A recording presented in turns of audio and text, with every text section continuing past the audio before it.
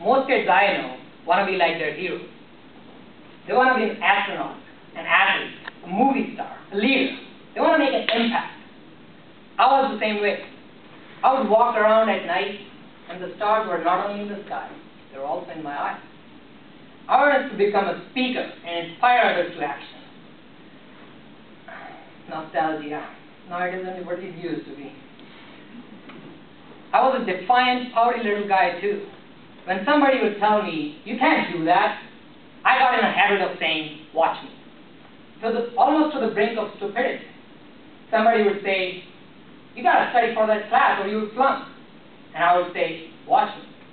And proceed to get a grade so bad, it would make my parents feel lower than a pregnant ant.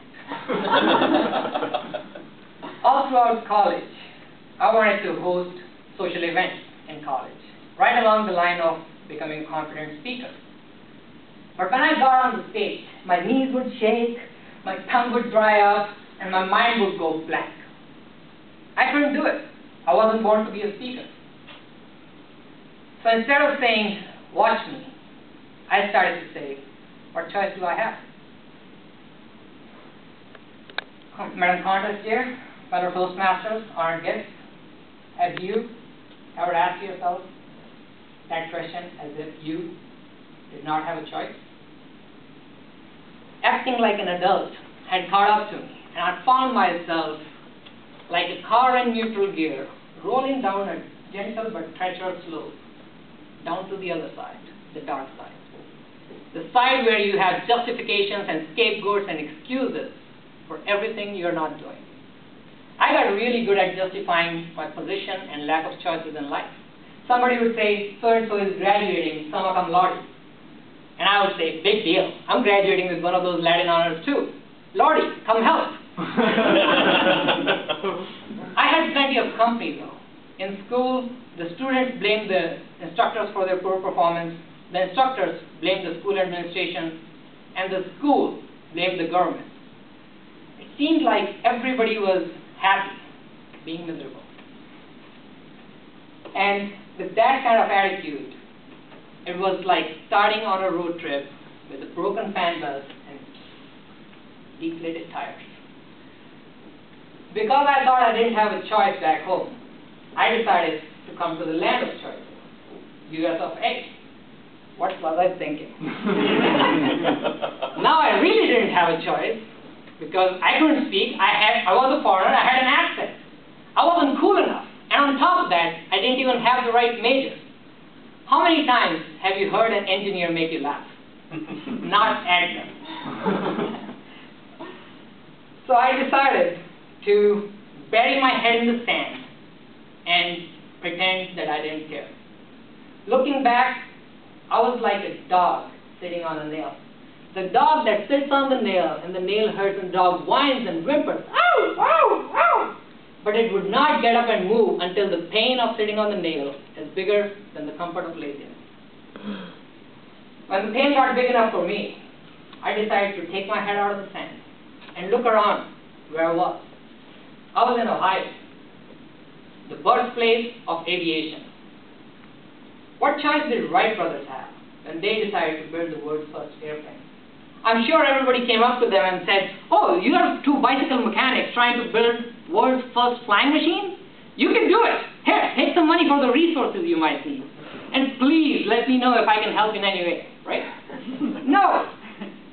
They're probably faced with even more towering predicaments than I was. What if they had given up on their ambition and made the wrong choice? I realized that if I was trying to push against a wall, they must have moved a mountain to do what they did.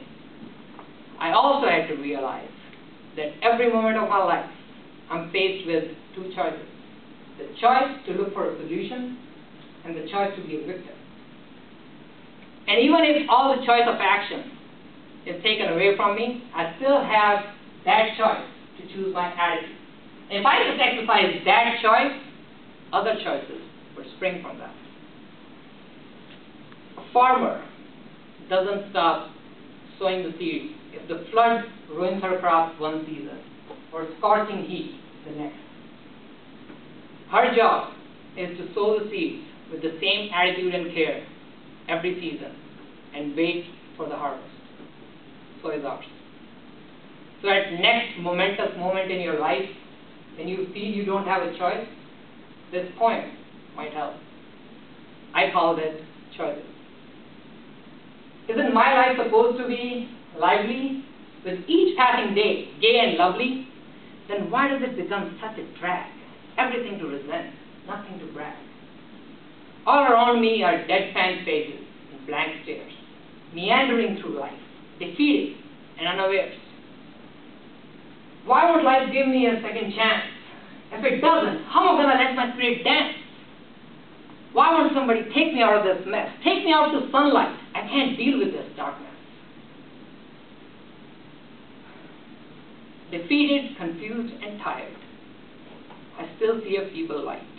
The light of hope, promising the future can be shiny and bright. A tiny voice says to me, you don't have to remain lost. Just get up and be a man of action, not only of thought. If you just realize life is just a series of attitude choices, it will help you hear your path over and above all the other noises. You can pretend to be hurt always, looking for a salve, and blame it on society, your crazy father, or your mother. But the real answer to what choice do you really have is all the choice there is in the world, brother.